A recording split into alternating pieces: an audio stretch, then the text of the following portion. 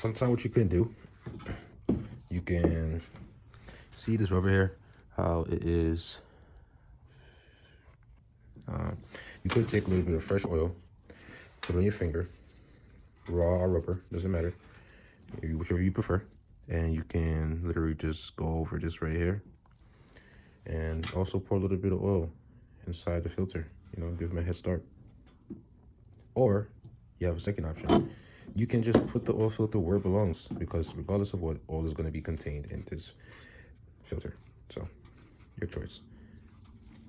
Also gives you a little diagram of what you should do. Yes, that's one thing for sure. I was not going to forget to mention this right here. You want to clean off any dispose or any debris that's underneath before putting the filter back where it belongs on the oil pressure pump. And yeah, so I'm gonna go ahead and get a rag and just wipe that off. Got some rags here, make sure they're clean. I bought some more cleaning I gotta do.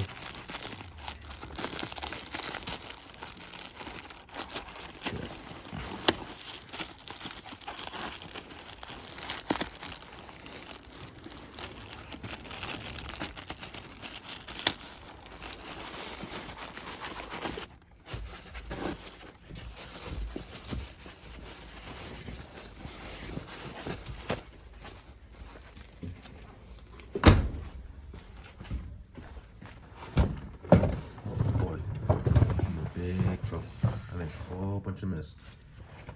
Well, at least I own what I have going on here, so it's alright. But just want to take a nice clean cloth rag, nothing to scuff up or scratch up this area, and give it a nice clean. A nice clean down. All you're trying to do is get rid of all the debris and get it prepped for the new filter to go right there. All right, yeah, just like that.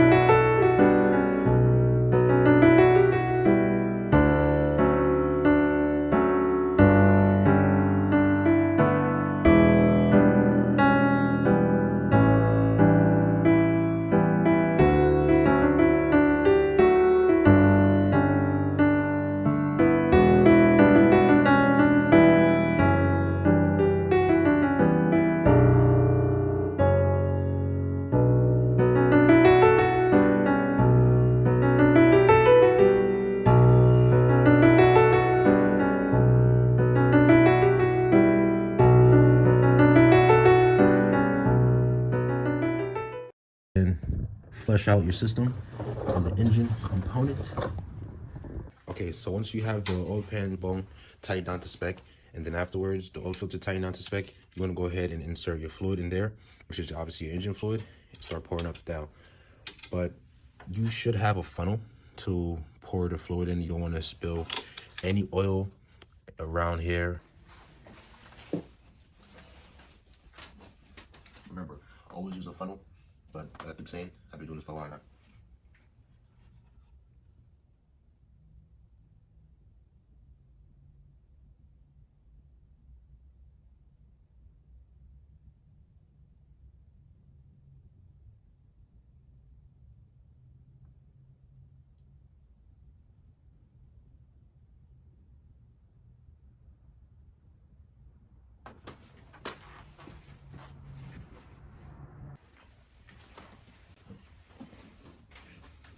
Remember to always use a funnel whenever you're pouring out engine fluid or doing any cooling, anything with fluid, so you don't spill and have that debris.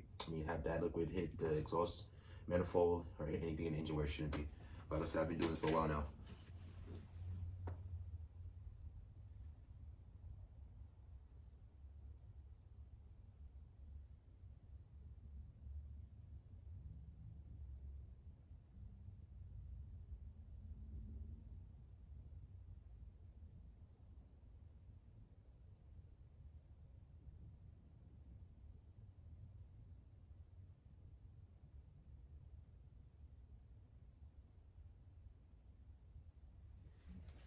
Now, and any type of oil that you buy, Valvoline, Marble, Valvoline, Mobil, Castro, GTX, no matter what it is, but they all have quote levels. So we have quote 1, 2 quotes, 3 quotes, 4 quotes, and 5 quotes, whatever, which would be like around there. But anyway, this particular vehicle takes about 4.5. You could put 5, but because oil is like gas, it burns off. So after a while, especially if you don't have a leak, it take a while. But after a while, you'd have to tap up your oil, check your oil, things like that. But a typical vehicle takes 4.5. So you do your measurements. Here's 3. I don't know if you can see here. Here's 1. There's 2. There's 3, and then 4, 4.5, and 5. I don't know why you don't have it marked, but right now you can see once you put on the flat surface, back it up a little bit. You see I only poured about 2. So 2 down to 1, I'll be 4, and then 4.5. I have like about a little bit left, half of 1 quart left. So you just want to be able to check your leverage, make sure you don't pour too much fluid, or make sure you don't pour not enough.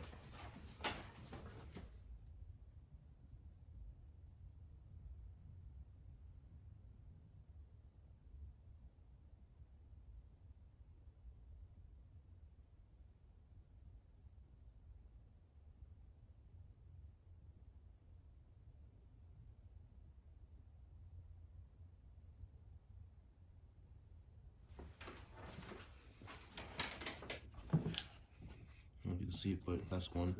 The oil is like sit right here. But obviously, if you want to do it that way, you do it the old school way, which sometimes you have to get the car to start first for the oil to bump up to the engine head, and you know exactly where you stand with the oil leverage. So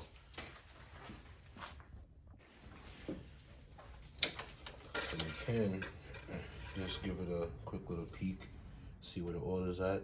You can see it's pretty fresh. So it seems like exactly at the point that we need it.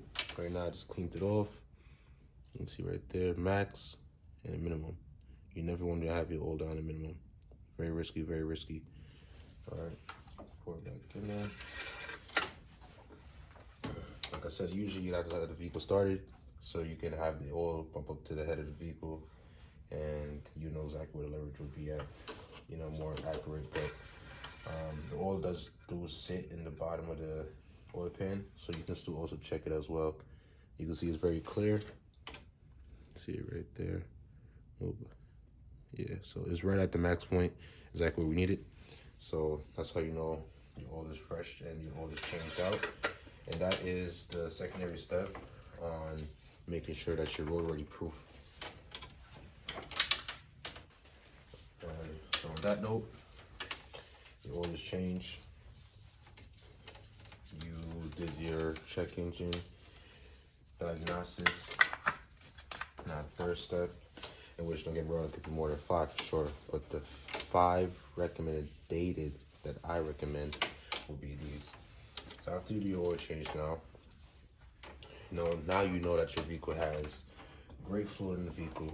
It's ready for journeys. The next step, which you would like to take forward, is doing spark plugs. When doing spark plugs, you want to make sure that your vehicle is not misfiring. Remember, we did check the car, and it has nothing wrong with it, right? But again, you want to be straightforward.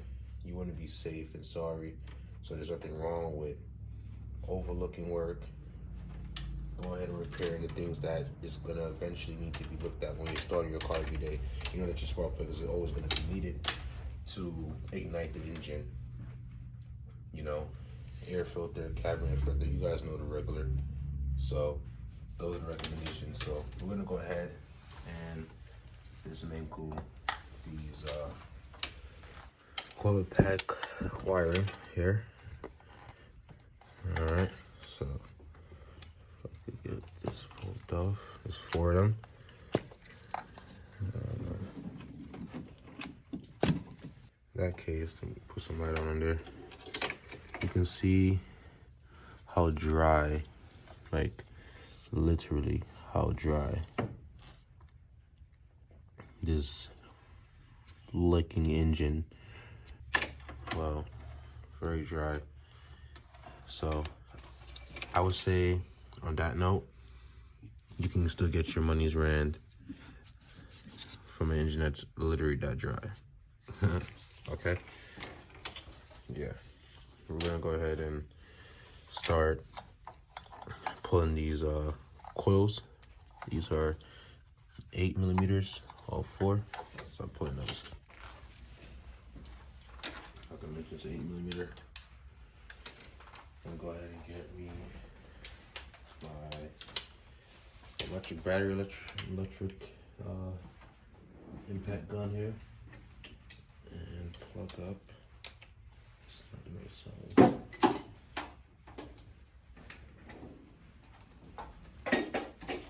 Get my adapter going on. If I can find it, I don't even understand why I'm picking up the wrong stuff here.